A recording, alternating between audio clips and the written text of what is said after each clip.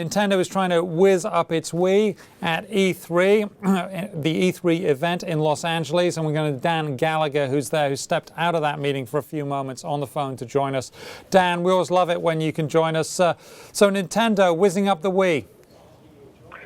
Yeah, in fact, it's, they've kept the name, but it's actually a whole new console, high-definition graphics, and, most notably it uses this new type of controller that they call a gamepad, which kind of incorporates some of the traditional video game controls that people are used to with dual analog sticks and trigger buttons, along with a touchscreen, smaller tablet in the center.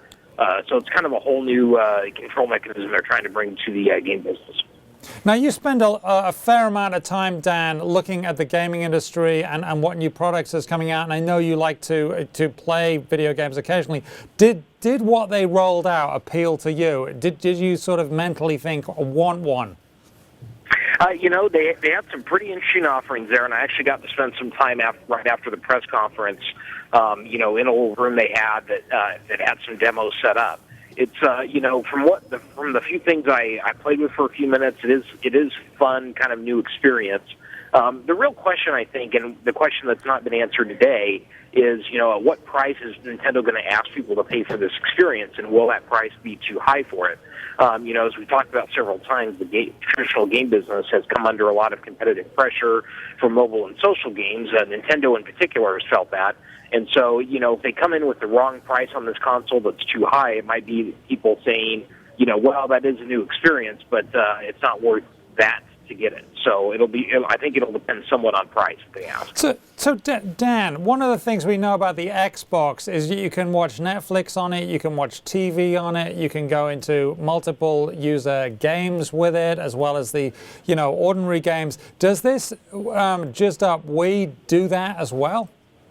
It does. In fact, they didn't spend a lot of time on that. They used the event mostly for games, but they did mention that the Wii U is going to have the capabilities of all the others with channels like YouTube and Netflix and Hulu Plus. So all of that will be there, and all of the home console makers are trying to make their consoles kind of the entertainment hub of the living room, not just games. So what was the mood? I know you said it looked pretty interesting. What was the mood in the room when that was unveiled? We first saw the console last year, actually, so it wasn't the first time people actually saw the console. What people were looking for today was for a few items. They wanted to know more about what titles are going to be available at launch, and of course, when exactly it's launching at what price.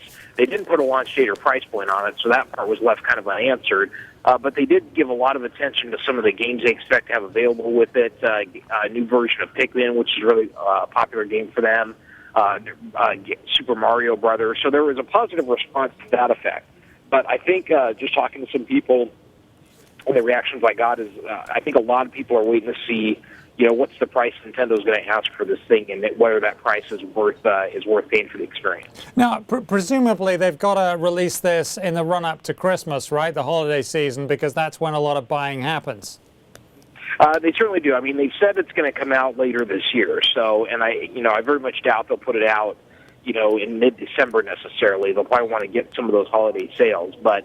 It's hard to extrapolate any further because, we don't know if they're trying to build up supply with it, if they're having any production challenges or not. It's kind of hard to say, and the fact that they didn't put any specific launch date on it today suggests that there's still some questions maybe even they're trying to iron out a little bit.